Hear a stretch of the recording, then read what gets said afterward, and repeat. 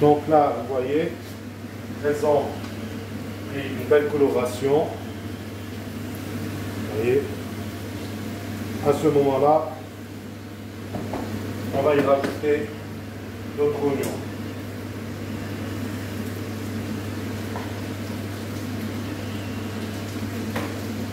Après, si vous le souhaitez, à ce moment-là, vous pouvez rajouter aussi du persil et de la ciboulette. Hein.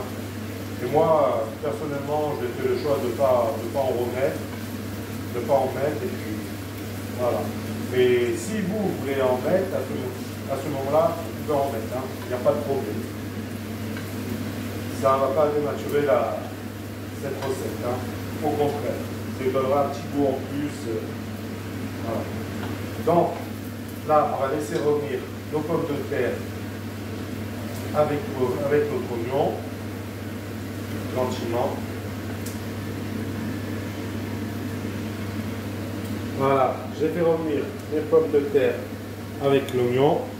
Maintenant, on débarrasse dans un plat.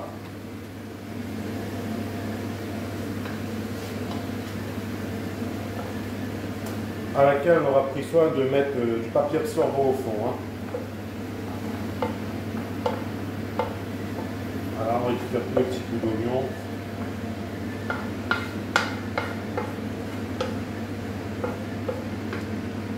Pour ceci.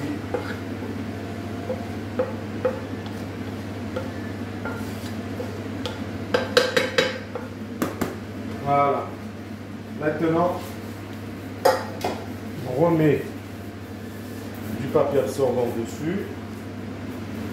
Voilà. Comme ça, elles vont bien éponger. Maintenant, nous allons passer à la béchamel. Bien sûr, j'ai oublié de vous préciser en début de recette qu'on aura fait préchauffer notre four thermostat 180 pendant 20 minutes. Donc maintenant, pour notre béchamel, donc vous savez maintenant, hein, c'est pas la première fois que j'en fais une en vidéo. Hein. On va faire fondre du beurre.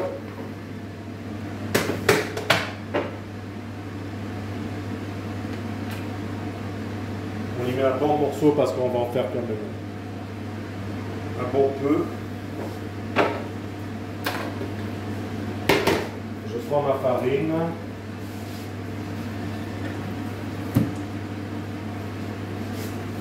Et mon lait. Donc je vais prendre mon beurre. On va attendre que le beurre est là. On va attendre que le beurre est fondu. Et puis on pourra rajouter notre farine. Là mon beurre a fondu. Maintenant j'y rajoute ma farine.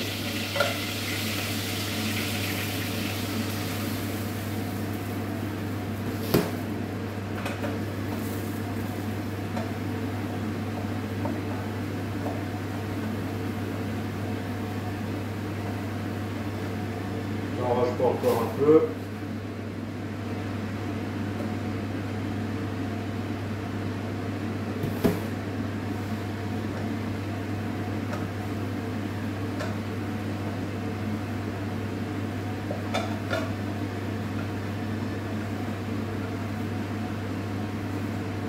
Je fais mon roux et puis on va pouvoir rajouter le lait.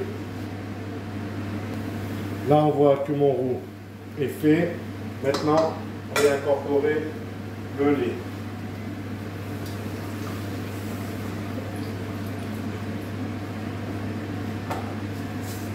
Donc vous voyez le lait toujours petit à petit en même temps.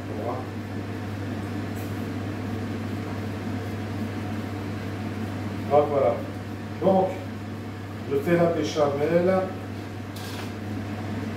Et puis, on pourra passer à la suite. Voilà. Là, ma béchamel, elle est prête. Et à ce moment-là, on va la saler. On sale. On poivre.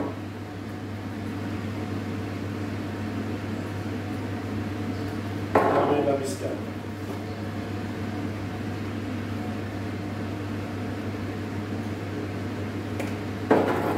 On mélange le tout.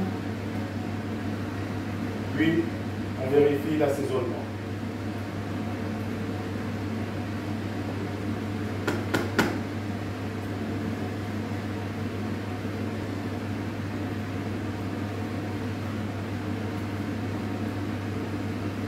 Je rajoute un peu de sel. Un petit peu de poivre. Et un peu de muscade.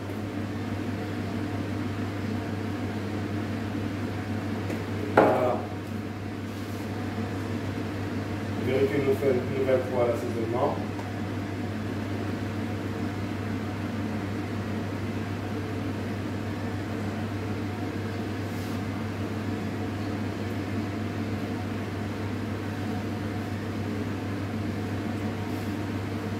Là, l'assaisonnement, il est parfait.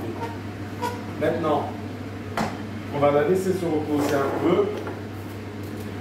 Ce qu'on va faire pendant ce temps, on va mettre un morceau de beurre dans notre plat.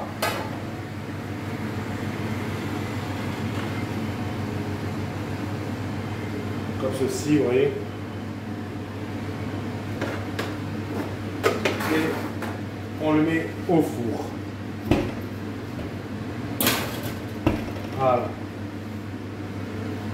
Donc on va attendre que le beurre fonde. Et puis on pourra voir la suite. Là mon beurre il a fondu.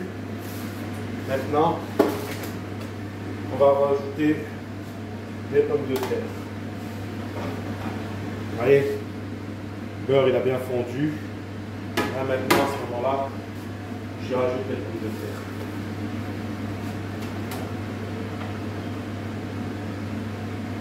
Voilà, on installe bien comme il faut. Comme ceci.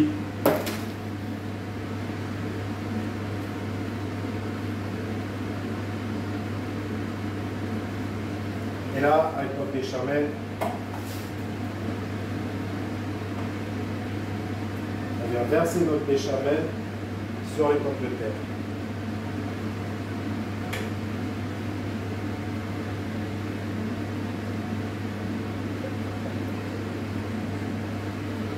On va établir comme il faut.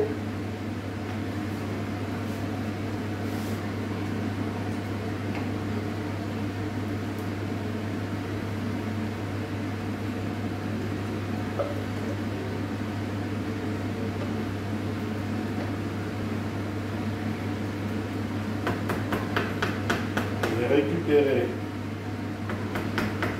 une maryse.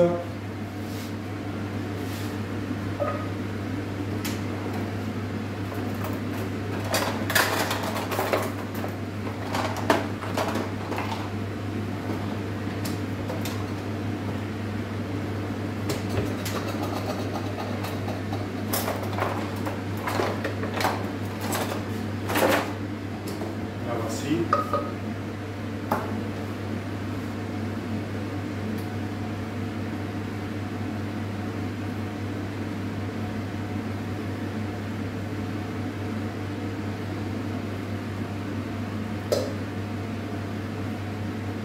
Voilà. Très bien.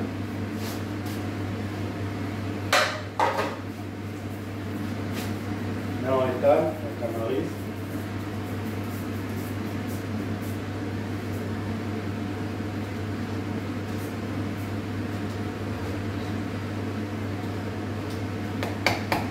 Comme ceci.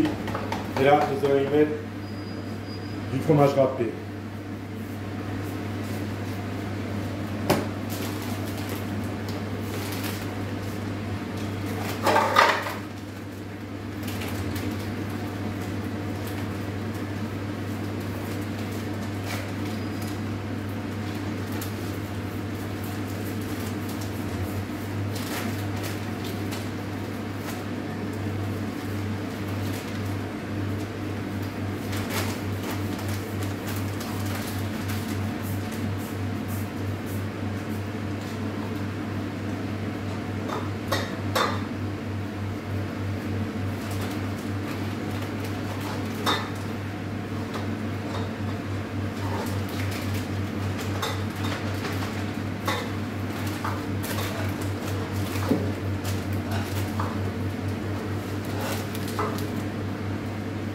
Voilà.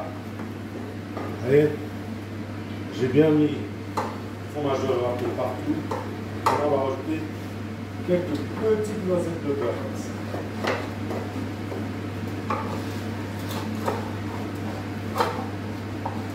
On va mettre une encore ici, par là, comme ça, hop.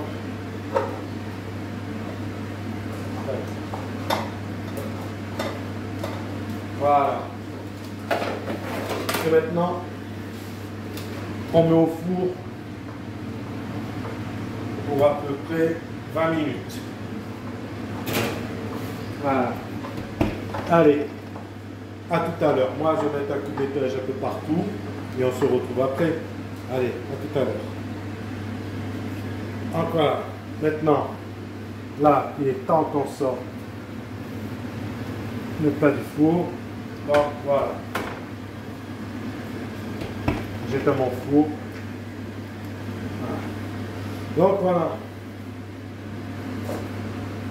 Voilà, là, à ce moment-là, notre plat est terminé. Vous voyez, comme il a bien gratiné. Donc, là, on va le laisser au four pour qu'il reste bien chaud. Voilà. Donc, voilà, c'était la recette du jour. Les pommes de terre à la béchamel. Si cette recette vous a plu, eh ben, n'hésitez pas à la liker, à mettre des j'aime et à mettre des commentaires. C'est toujours agréable. Et on se retrouve demain pour une nouvelle recette. La recette de demain, je vous donne déjà l'intitulé. Ça sera, faites une recette un peu plus complexe que les recettes qu'on a fait jusqu'à maintenant. Hein. La recette de demain, ça sera le civet de sanglier. Donc cette recette de civet de sanglier, elle marche aussi bien pour le sanglier que pour tout ce qui est gibier. Hein. Chevreuil, lièvre, lapin. Et elle marche aussi pour les volatiles, comme le faisan et le coq au vin. Voilà, c'est exactement la même recette. Donc il ne me reste plus qu'à vous souhaiter un bon appétit. Je vous donne rendez-vous demain pour cette recette de civet au sanglier. Donc, je vous souhaite de passer une bonne soirée et je vous dis à demain. Et si vous n'êtes toujours pas abonné à ma chaîne, n'hésitez pas à le faire. Et donc, on se retrouve dès demain pour cette recette de civet au sanglier. Une petite précision sur le civet au sanglier, c'est qu'on fait mariner notre viande 24 heures avant. Vous voyez, là, je l'ai déjà. Là, elle est déjà dans ma cocotte. On l'a fait mariner 24 heures à l'avance avec du laurier, du thym, parce que de manière, ça parfume déjà notre viande. Donc, je vous donne rendez-vous demain pour cette recette-là. Et donc, bon appétit et passez une bonne soirée. Allez, à demain.